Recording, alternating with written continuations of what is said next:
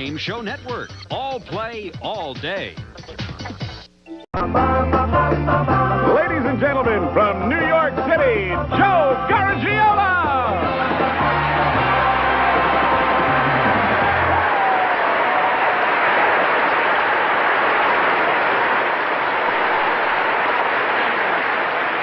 Thank you very much, and welcome to Tell the Truth. Now, if you're a faithful viewer of the show, you know that this game is played with one real person who must always tell the truth, right? And then two imposters who can lie right through their teeth, okay? Well, our first guest, he's made a career out of being the most outrageous imposter that we've ever come across on this show. And you're going to see what I mean right after we meet our panel. And let's meet him now. Here is Nipsey Russell!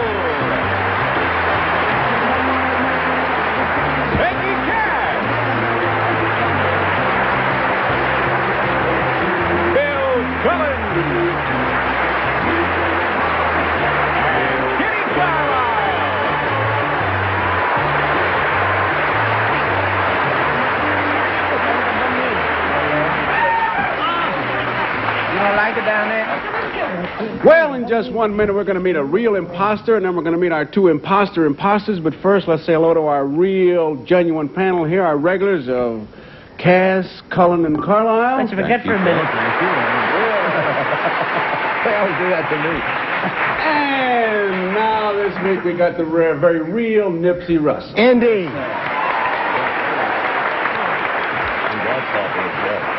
I am here to set the record straight about sex appeal and a woman's weight. It's nice to be neat and look petite, but if you want to feel some heat, you got to have some meat.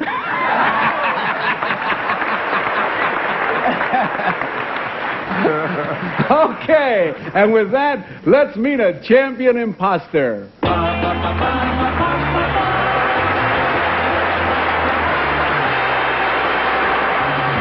Number one, what is your name, please? My name is Frank William Abagnale.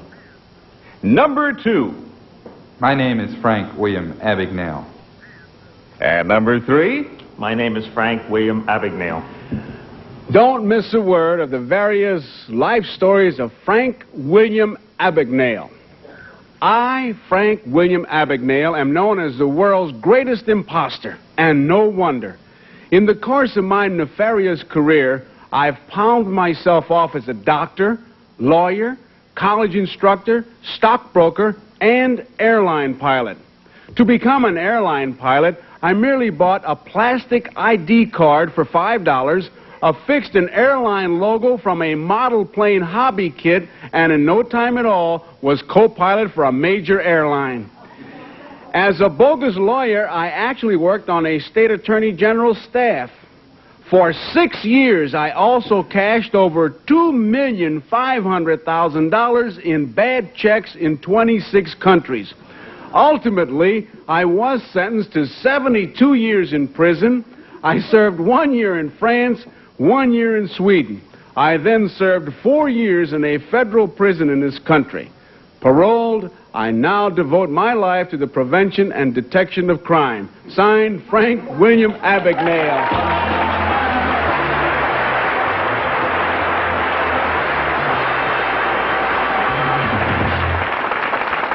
I'll tell you what's so funny. Yeah. The real one, he passes $2.5 million in bad checks. I took 2 pair of pants to the tailor, had to leave a deposit. How do you figure that? And we'll be back with some questions right after this.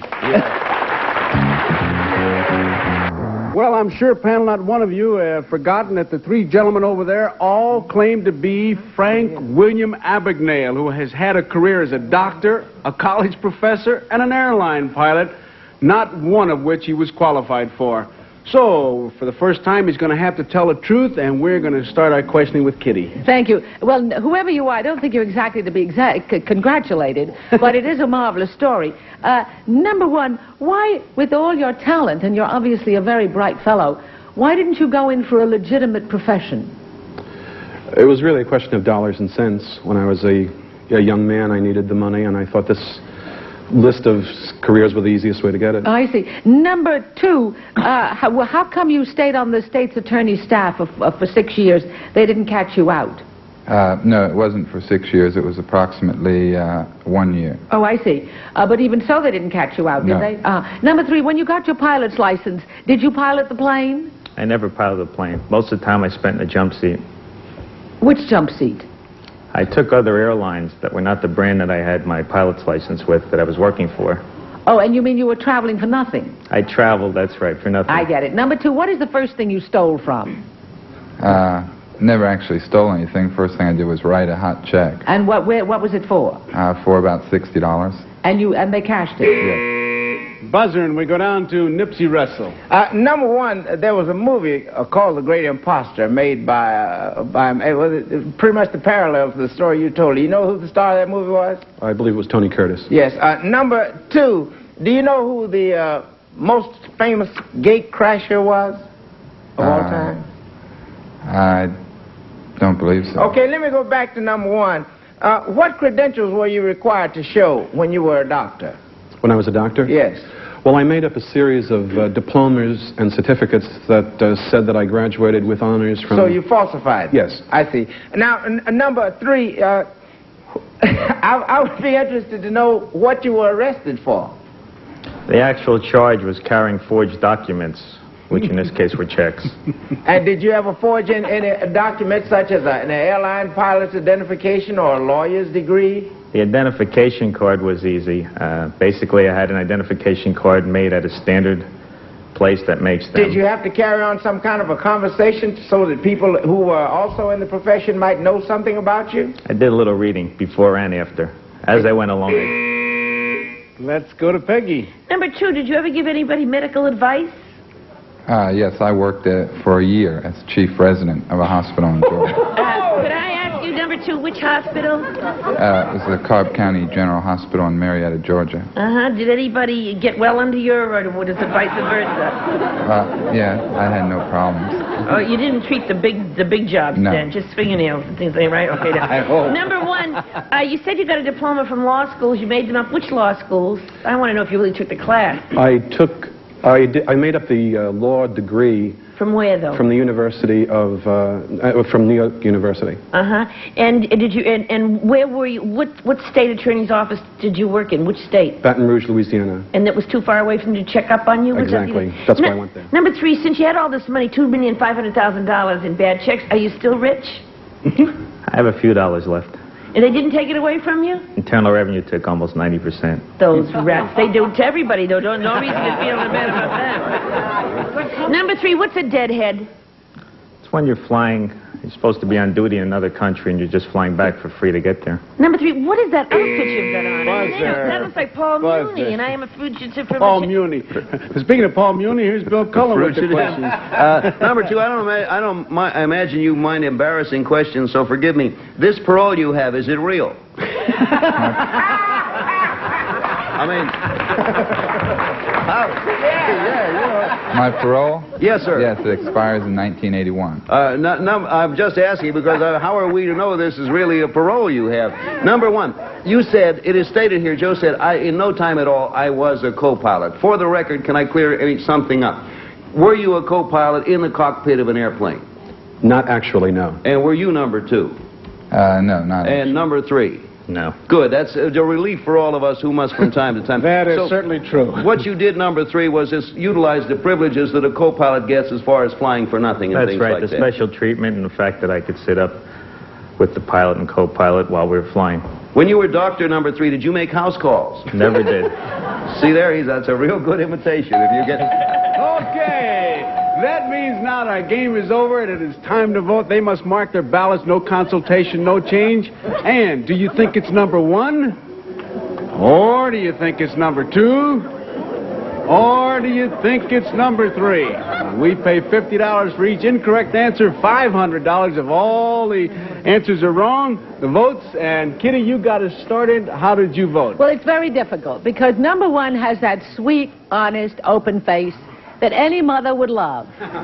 Number 2 looks like a serious fellow you trust as a doctor or a resident. But number 3 seemed to know all the answers about deadheading and the Internal Revenue and all that. So I voted for number 3. Number 3. All right, let's go to see how Nipsey voted now. Well, usually I find that when you're flying false colors, the less you say, the better chance you have of getting away with it. Number 3 kind of laid back, and one phony knows another when he sees me. One phony knows another. All right, let's go to Peggy. How did you vote, Peg? Well, I didn't go along with the crowd. Number 3 knew about Deadhead and the Internal Revenue, but practically everybody does. Now look at number 1. He almost looks like a priest. I mean, he could fool anybody. That's what I said. You just gave him a new idea. Look, he said he just got a new idea. All right, Bill Cullen, how did you vote? Well, I don't know. I went along with the other votes. Number 3, he looks like the kind of guy who could talk me out of anything that I still have. All right. Now, I don't know if I said it, but $50 for each incorrect vote. If all the votes are wrong, it's $500. I just thought I'd say that, guys. Oh, dear. Oh. Okay. Here we go. Now, will the real Frank William Abagnale please stand up? Strike 3, folks.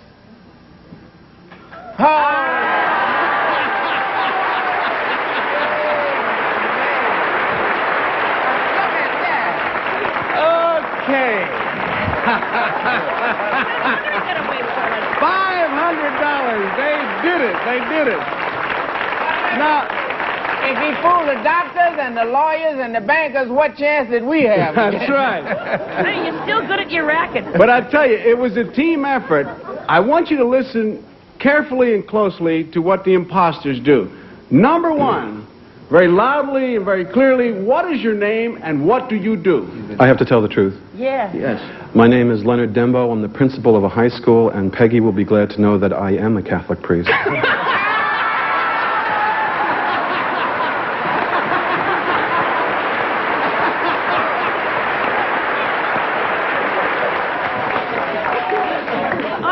That gives me the shivers. Wait till number 2 has to go to confession to him backstage. That's the thing. Let's find out who number 3 is, who got 3 votes. What is your name and what do you do? My name is Richard Lawrence. I'm president of Law Enforcement Associates. We manufacture police equipment and lie detectors.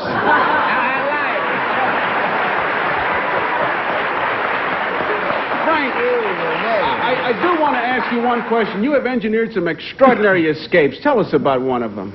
Well, I'm the only man to ever successfully escape from the Atlanta Federal Penitentiary in Atlanta, Georgia.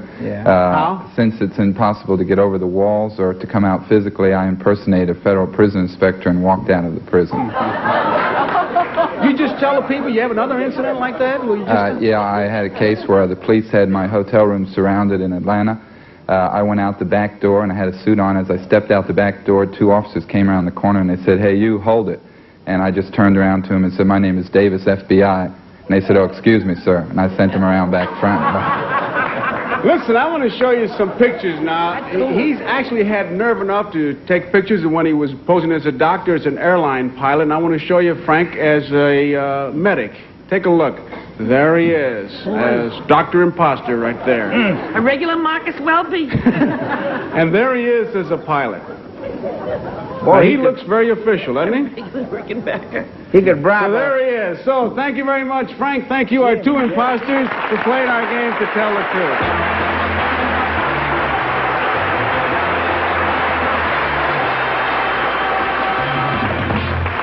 Well, how about that one? Well, hockey fans among you know that the New York Islanders have become a real good hockey team. And we're going to, well, in fact, so good they have one of their coaches is a woman. And we're going to meet her in just a minute. Now let's meet our hockey coach.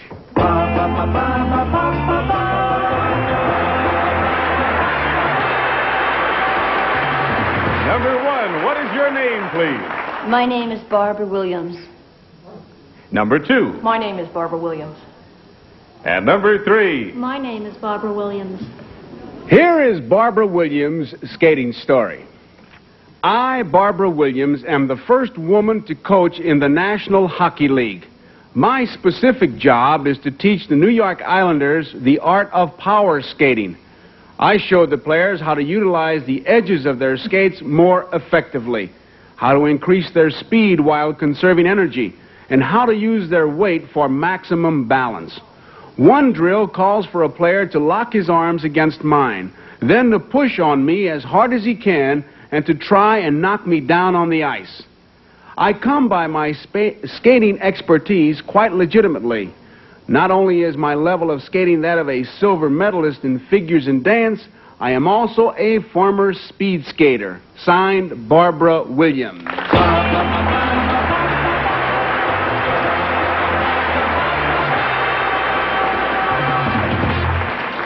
Okay, we'll start with our big hockey fan, Bill Cullen. Number 2, I imagine, do you get to any of the games on the road when the team's playing on the road? Occasionally.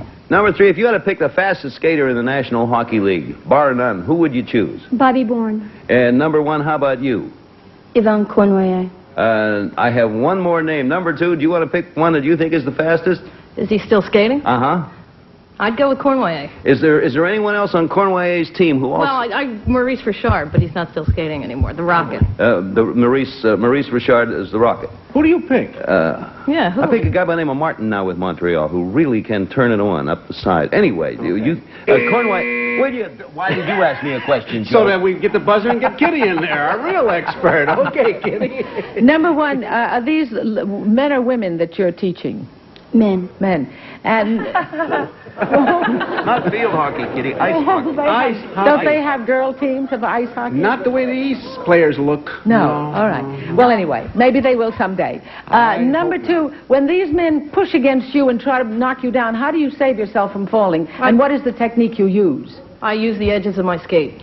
And? I turn the edges in, and then they can't push me over. There's no way they can push me over. And number 3, how has this improved your team's performance? Their speed. They're a much faster team. And number 1, do they win a lot more? Well, we just lost against Montreal, but they had a good year. In general? Yes. Let's move down to Nipsey. Number 3, are you coaching hockey or just skating techniques? Skating techniques. And number 1, do you know anything about the strategy of the game of hockey? I'm learning from the players. I see. Number 2, who was Yvonne Durrell? Don't know. Never heard the name. Number 2, sticking with number 2, most of the hockey skating I see on defense is going backwards. How does one power skate backwards? Are you talking to me? Yes, Sorry. number 2. You put the edges of your skate out, and you turn the edges out, and you can skate backward a lot better. I see. Number 1, and on hockey skates, is there a little riveting at the toe of the skate for quick stopping, as there is in figure skating? No. All right, now... Let's move over to Peggy. Thank you. Number 2, do professional hockey teams provide a dentist for the people, or do they have to pay for that themselves? Well, they're covered under a major medical plan. For the dentistry, because I notice there's a lot of missing teeth in hockey players. Number 1, in which town is the Nassau Coliseum? Uniondale, Long Island. Thank you. And number 3, what's the hat trick? The hat trick is to score 3 goals in 1 game. Thank you. And number 1, Jean Rattel, what does he play for and what position? Which team does he play for? Rattel plays for the Boston Bruins, right wing. Thank you. And number 3, the Islanders, how long have the Islanders been out there? How old is their franchise? 6 years. Thank you. Number 2, where's Dennis Potter?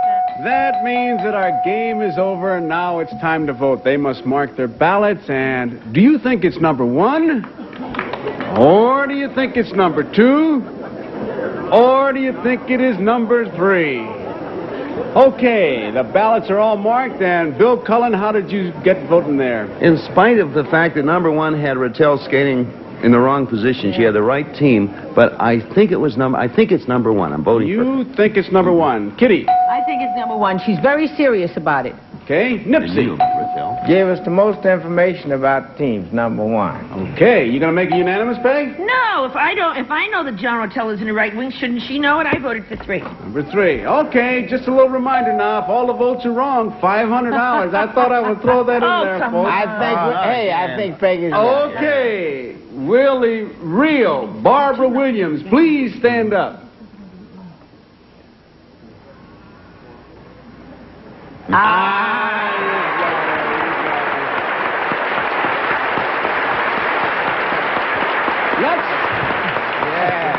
Let's find out who the imposters are. Number 2, what is your name and what do you do? My name's Patricia Hamilton, and I'm director of the Hamilton Gallery of Contemporary Art in New York City. I knew that. Number 3, what is your name and what do you do? My name is Regina Henry, and I'm Advertising and Public Relations Manager of the Plaza Hotel. Who's that guy here? Barbara, since most of the players are Canadians and they grow up actually on ice skates and are pretty good skaters, what kind of a selling job did you have to do to get the job? How could you convince them? Well, first of all, most hockey players have never had a skating lesson in their lives. You know, even the Canadian players, they've had a lot of opportunity to skate, but they maybe they're skating with the wrong shoulder, or not having their body in the right position, or not really using the edges, getting the most out of the thrust of their skates. So I started working with Bobby Nystrom, and some of the other players came along. And I guess seeing that I could skate right alongside of the players, and that I could excel doing certain exercises, convinced them. And the certain players that I have worked with did excel in balance. Or once you proved you could do it, they just went right along, huh? Yeah, I never had a problem. I know being blonde and everything, but they never that didn't hurt your chances at all, Barbara, I'll tell you that. But we thank you for playing To Tell the Truth, and thank you, our two imposters. Thank you very much, ladies.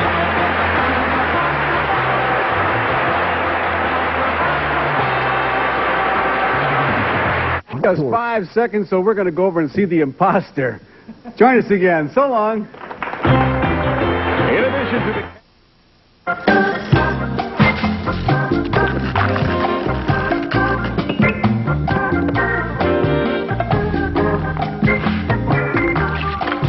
We give you the answers. You get all night to study. All you have to do is stay awake. Crabs, coming January 6th only on Game Show Network. You snooze, you lose! Wow! This is Alan Coulter speaking for To Tell the Truth, a Mark Goodson, Bill Todman production.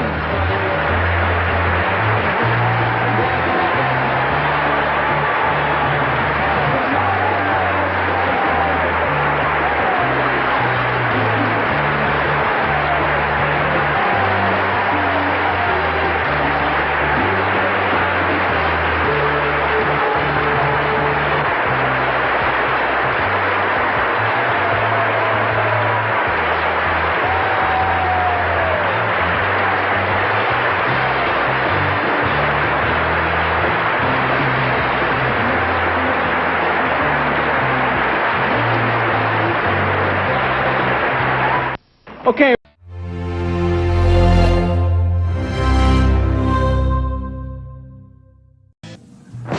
While not as violent as the struggle between the Hatfields and the McCoys, or as classic as the conflict between the Montagues and the Capulets, there is a contest that sets hearts pounding. It's Family Feud, a new nighttime game pitting entire families against one another.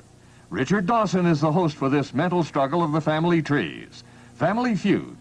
Watch for it at 6:30.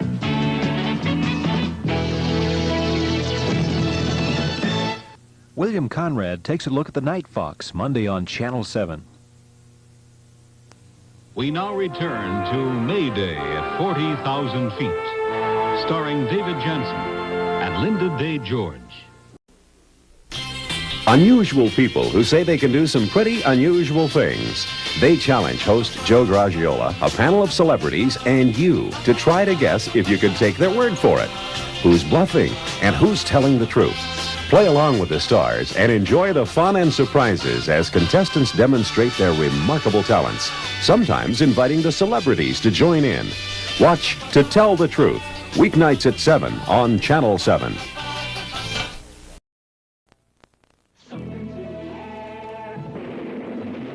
It's a whole new Saturday night this fall on Channel 2, starting off with Here and Now, a television magazine that takes a lively electric look at Southern California. Next, Come On Down for all the excitement of the nighttime Price is Right. Then, experience the thrill of a climb to the top of the pyramid and the chance to win $25,000. A whole new Saturday night this fall on Channel 2. Tomorrow on our February fireworks on both of my YouTube channels. Here's what you're going to see. Time to go really Well, tomorrow we're on Cartoonist. of Joe Alaski, who does the best voices of Jackie Gleason.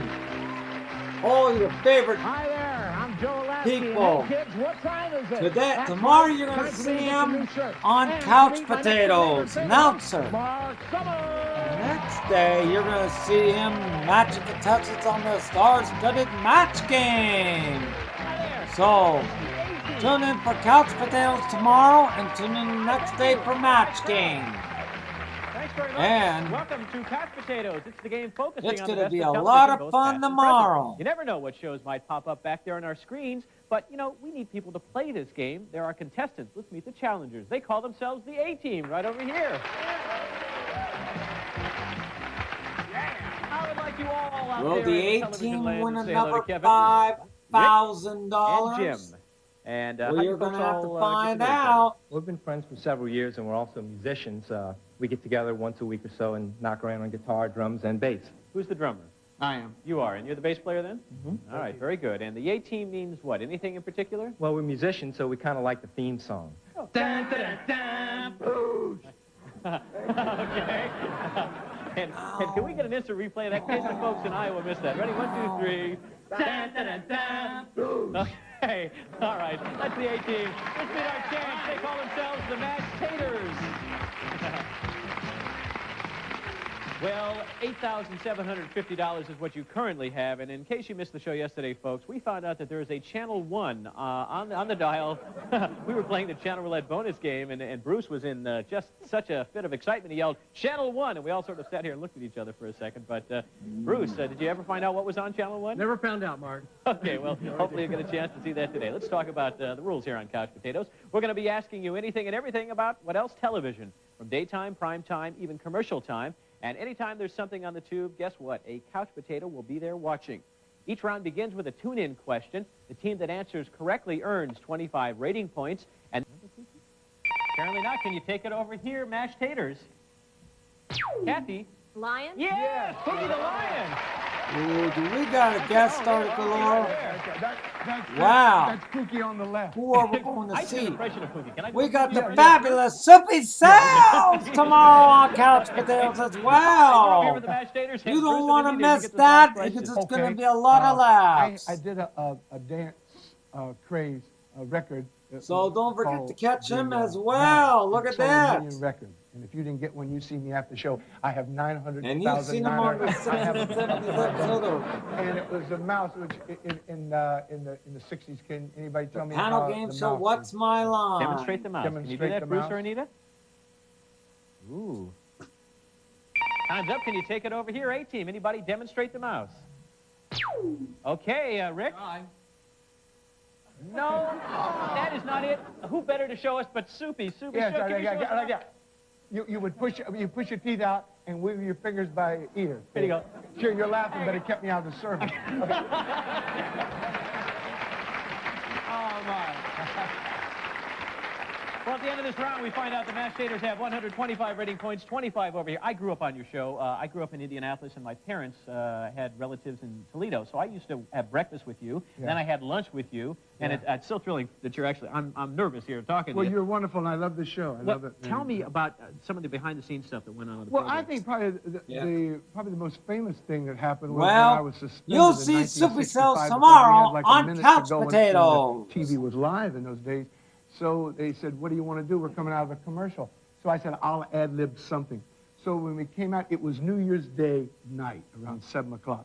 So when the camera came out on me, I walked up to the camera because I always worked very close. And I went, hey, kids, I said, last night was New Year's Eve, and your mom and dad were out having a good time, and it's only right because they work hard all year long. I said, they're probably still in the bedroom sleeping. I said, what I want you to do, I want you to tiptoe in the bedroom. Don't wake them up. And I said, and you'll probably see your mom's pocketbook on the floor and your dad's pants. Don't wake them up. I said, but I want you to go in your dad's pants and your mom's pocketbook, and you'll see a lot of green pieces of paper, and there are pictures of guys with beards. And I said, I want you to take all those green pieces of paper, and you put them in an envelope, and on the envelope you write Soupy Sales, Channel 5, New York, New York, and you know what I'm going to send you? What? A postcard from Puerto Rico. Did you get a lot of money? Yes, well, everybody, we laughed, and we went home, you know, and it was like you didn't know, nobody in those days knew the power of television. We had $80,000. Did you really? Yeah.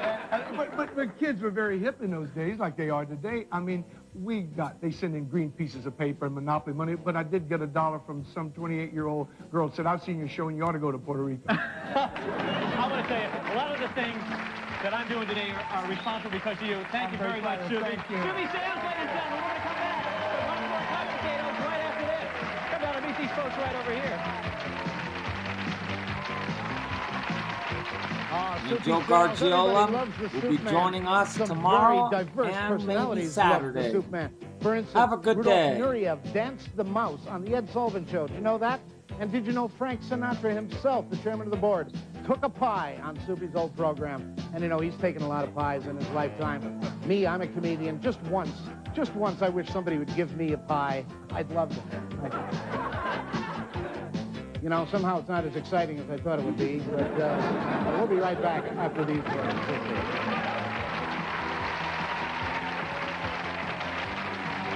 Hi. Then what'd she do? She kissed me. No. Uh-huh. 2 cold ones. I knew a girl like that once. You did? We're playing this game called Spin the Bottle. And when it stopped, it was pointing right at me. Then what? She kissed me. So what'd you do? I married her. Can't beat it. Coca-Cola Classic. Does Grandma know? She's a little suspicious. How old was that girl? Very old. 8. Tune in tomorrow morning at 10 a.m. Eastern, 7 a.m. Pacific. Have a good day.